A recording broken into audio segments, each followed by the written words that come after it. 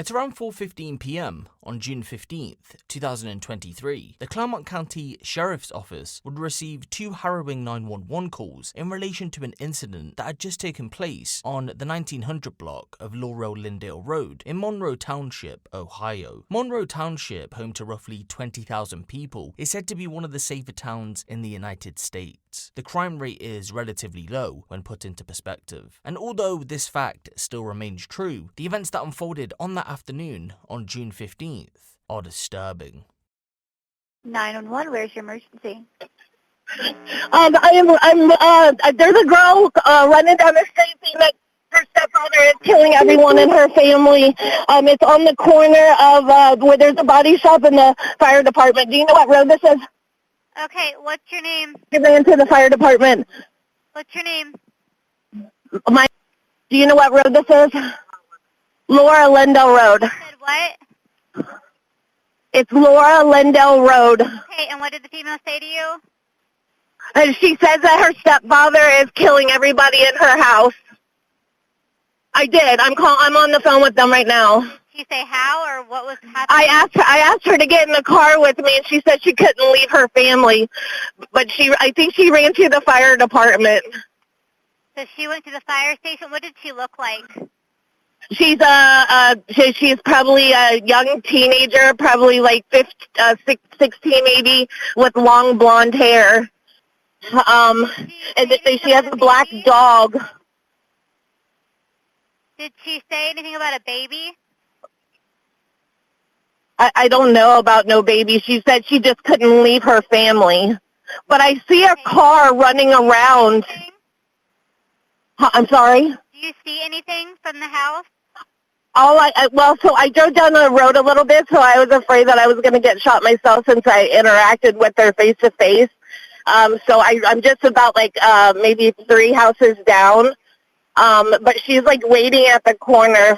I don't know what she's doing, but I kind of still see her in the corner. But I saw a car kind of came around and whipped around, so I'm not exactly sure if that's him or if he's chasing her or not. I'm sorry? What kind of vehicle was it? I saw it was like a gray. Did you see that car whip around?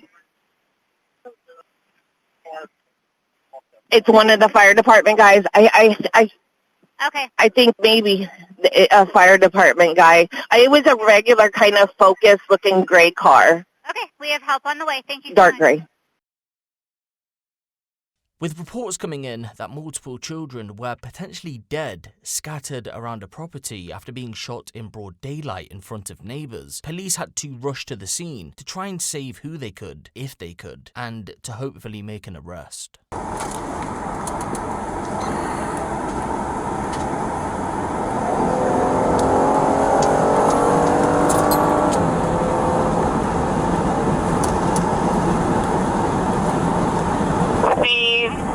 That went to the firehouse is advising them that the male shot the entire family. 2137. You're quick.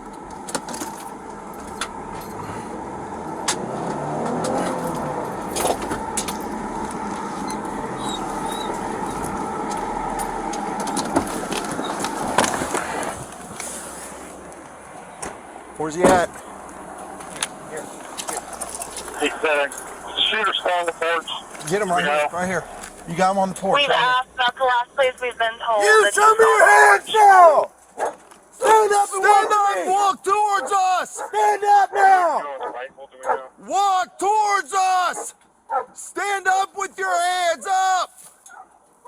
We know we got a visual in the veil. Not showing his hands, not following commands. Stand up now! Not showing hands or following commands. His name is Chad Doerman. Chad Doerman. I know, but I know, but we can't. If people need first aid and he's not complying, and you know he's a shooter, shoot him. We gotta find cover first. We ain't no good if we ain't safe ourselves.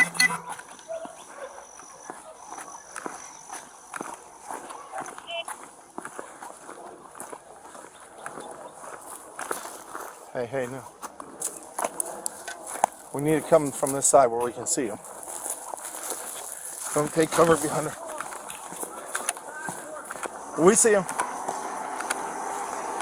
We're going to approach from this side. We got cover. Right here. 6 covered, 29 and 63 is type out. We're not there right now.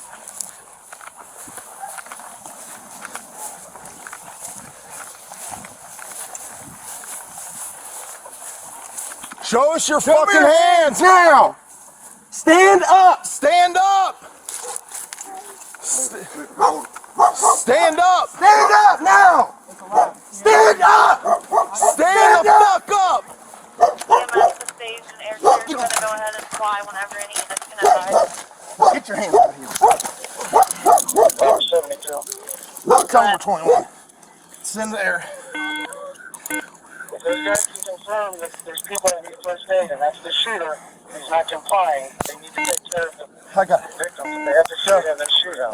Man, I ain't trying to hurt nobody or nothing. I'm completely sober. Never did drugs a day 63, in my we're life. 21. Get the EMS over here. Well, I did drugs when I was little, but I don't do drugs now. I'm sober. I'm not trying to fight you. 63. Get your butt inside. Gatlin, get your butt inside. We on primary? Now. 29, we got 3 kids down. 3 kids down, 16 is up. Gatlin. 63, we're 21. Knock Have it off. EMS respond over here. You're clear, they're being advised. Robert 34, just start a mass casualty response. 63, do you want them to respond to the Laurel Lindale address? Where exactly do you need them? We're right in the front yard.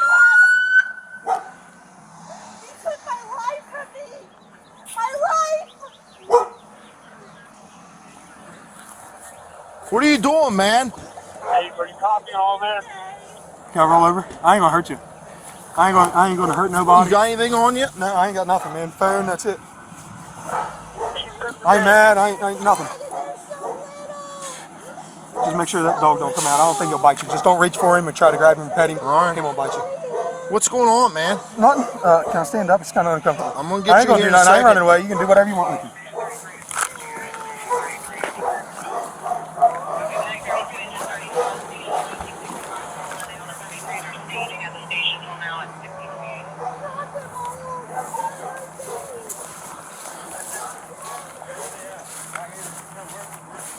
Here. You the only one else inside the house? What? You the only one else inside the house? Yeah. Sit down right here. My daughter, she ran over to the fire department. Sit down. It's my stepdaughter. Put him in the cage. This is Will. When police arrived at the scene, they were met with a bloodbath. 3 children, 7-year-old Clayton, 4-year-old Hunter, and 3-year-old Chase, were scattered across a huge scene which included within the property itself, in the front garden, and on a field. They all appeared to be deceased. The suspect, 32-year-old Chad Doerman, the boy's father, was a stone's throw away from one of the bodies. He was sitting with his head down on the porch. While one officer put Chad in handcuffs, the other rushed over to that boy in the front garden and started to perform life-saving measures until Monroe Fire EMS arrived. They would turn up moments later. Efforts would fail though, and all 3 would sadly succumb to their injuries. They were pronounced dead at the scene. Emergency services also located the boy's mother, Chad's partner, a 34-year-old woman who hasn't been named currently in the media. She was located just outside of the residence, more than likely just after the body cam footage ends, suffering with a gunshot wound to her hand. She would be transported to the University Hospital of Cincinnati and was released a short while later after suffering from non-life-threatening injuries. As this story is so fresh, details change as time goes on. The events become more clearer. Initial reports had claimed that Chad had lined all 3 boys up and executed them one by one in the front garden. One of the boys was said to have made an escape to a field nearby, but was dragged back before being murdered in cold blood. New reports, however, give an updated timeline. According to these reports, everyone had been present inside of the property. It was here Chad allegedly equipped his firearm and shot 4-year-old Hunter twice in his head, rendering him dead on the spot. From here, 3 actions take place. 1. The female teen makes a run for it and alerts neighbours to call 911. 2. 7-year-old Clayton makes a run for it into a nearby field just by his home. 3. The boy's mother scoops 3-year-old Chase up and puts her own body on the line, acting as a shield. It isn't clear if the female teen was a target, but as you know, she managed to flee from the scene unharmed. The same can't be said for Clayton though. You see, those initial reports were partly right. He did manage to run away. He got as far as the field near his home, but as he was running, Chad allegedly fired from range and Clayton was gunned down from behind. Chad then walked up to Clayton, stood over his body and shot him in the head. With 2 boys down, it was time to make his final kill. 3-year-old Chase. Chad was said to have walked back to the property and instantly began the hunt for mother and son. To no surprise, they were located fairly quickly. Reports say that Chad quite literally ripped Chase from his mother's arms and put a bullet into his head. Chad's partner had received that gunshot wound as she still tried her hardest to protect her son. A week on from the incident and the public are still wondering why. Why did Chad allegedly murder his 3 young boys in cold blood? Well, at this moment in time, we only have a small portion of the probable cause affidavit that states the following. Defendant transported to the sheriff's office for further investigation. Defendant confessed to planning and carrying out the deaths of the victims involved for several months. And that's quite literally all we have to go off so far because the full affidavit hasn't been released. Even when it does, we still may not have any definite answers. That might be the only key information we ever receive. Will that be the case? Probably not, because if he's telling the truth in what he's saying, then he more than likely would have gave police more in-depth details about his motive. With such a heinous crime taking place, some may come to the conclusion that police had made many visits to the property or that Chad was on police radar. Well, believe it or not, Chad wasn't some kind of hardened criminal, although he does have a few traffic-related offences on his criminal record. Nothing too serious. There was an incident that had taken place a few years back where he was said to have allegedly strangled his own father, but the judge later dismissed the case. His own father would come out to say that the whole situation was a misunderstanding. That isn't to say Chad wasn't a violent person though. Dude was an asshole. Richard Kincannon tells me Chad Doerman had a temper. He told me he witnessed him often treating his wife and kids poorly. You felt like he was just angry, generally speaking. He was every day. Heard him. There wasn't a day he didn't yell at his wife and kids out there. What would he yell? All kinds of shit. He was just angry, yelling at her all the time, treating her like I still see the babies sitting in the yard.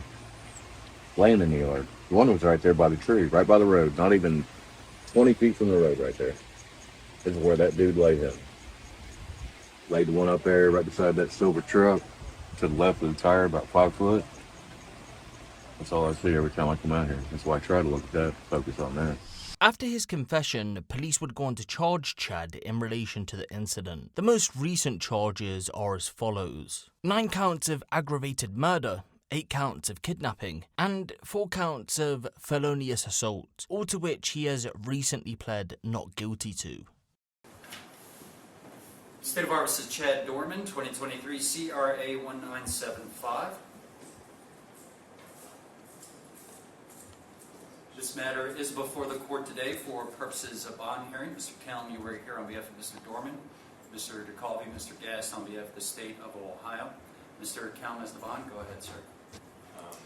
As the bond, Your Honor, he is 32 years old. He lives in Richmond, married, is employed. He indicates that his relatives, Gloria Doerman, Todd Frost, and Keith Doerman, may act as co-signers for him. At this time, Your Honor, we would submit to the court that a bond of $75,000 with order conditions would be appropriate. Thank you. Thank you. Mr. DeCalvi. Judge Mark DeCalvi, Clermont County Prosecutor on behalf of the state. At this point, I'm going to let Mr. Gast handle the bond on our behalf. Thank you. Good morning, Judge. Good morning. Judge, we've got law enforcement with us here today. Our office has been involved. Lots of people in our office have been involved with law enforcement throughout yesterday, afternoon, evening, all the way through this morning. And the facts I have for you at this point are as follows. The trauma that this man has inflicted on his family, the community, law enforcement, first responders and all of the rest of us who have any idea what's going on here is unspeakable. There's been a full admission in this case, Judge. The case is still new. We're still discovering facts. But the evil horror of what we know is impossible to process. In an act of just incomprehensible cruelty, the father that stands before you lined up his 3 young boys, and he executed them in his own home with a rifle. They were ages 3, 4, and 7, Judge. In an act of desperation to save her children, the mother at some point grabbed the gun that father was wielding to attempt to protect them. We know that one of the boys was able to flee into a field near the home.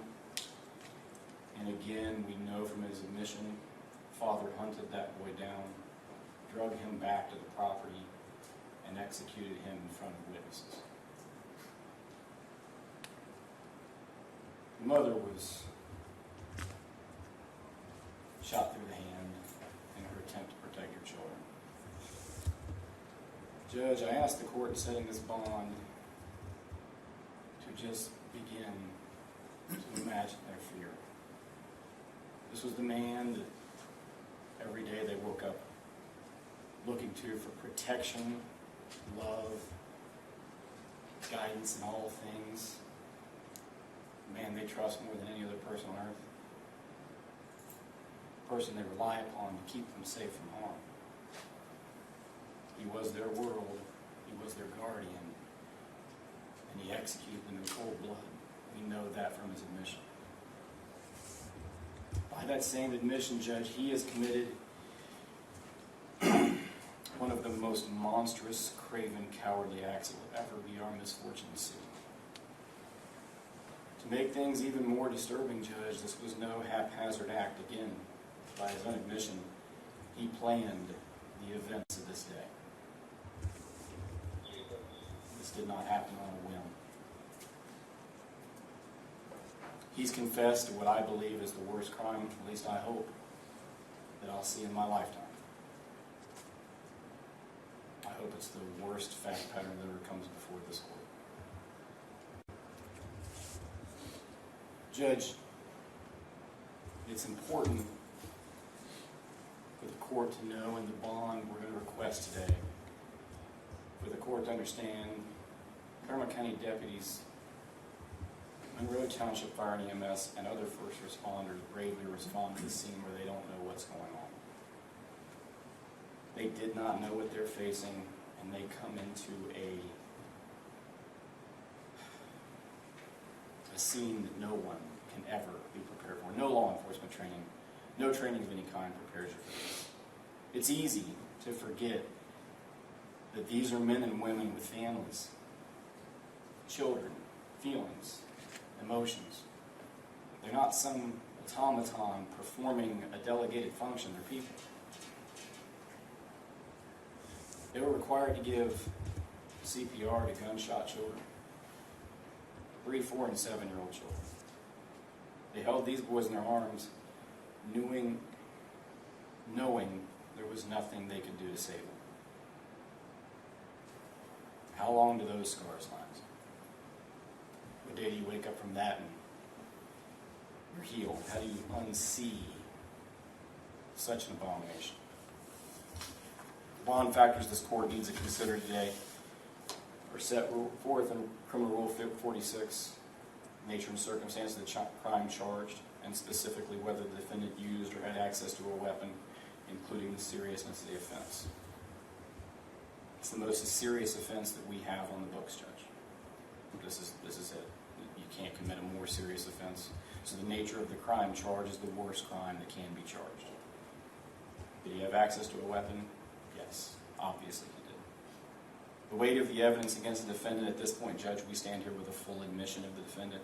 That also goes to the confirmation of the defendant's identity, and witnesses on scene did see at least part of what happened.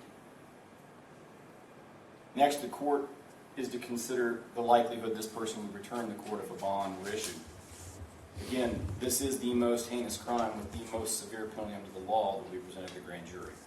That alone would be a major factor in discouraging a person from availing themselves to this court or any other. And the thought to flee and the likelihood of flight is great in the state's opinion. The danger he poses to the community is a factor that this court can consider, and I think with the facts in front of you, Judge, we can't name a person that poses a greater threat to the community. As his prior record goes, Judge, it is fairly minimal. He was charged with domestic violence in 2010. He is not, to my knowledge, on probation community control. Judge, the facts of this case are hopefully like no other we will ever see. When this case gets indicted in the Court of Common Pleas, I am certain that a no bond hearing will be held, and I would hope that would be granted. But at this point, this juncture, we're going to ask this court to issue a bond we've never asked for before. I'm going to ask for a bond of $20 million. I hope I never need to request such a bond again. Thank you. Date for preliminary hearing? The date for the preliminary hearing, Judge, is 6/26. No objection, Your Honor. The preliminary hearing will be set for June 26th at 1 p.m.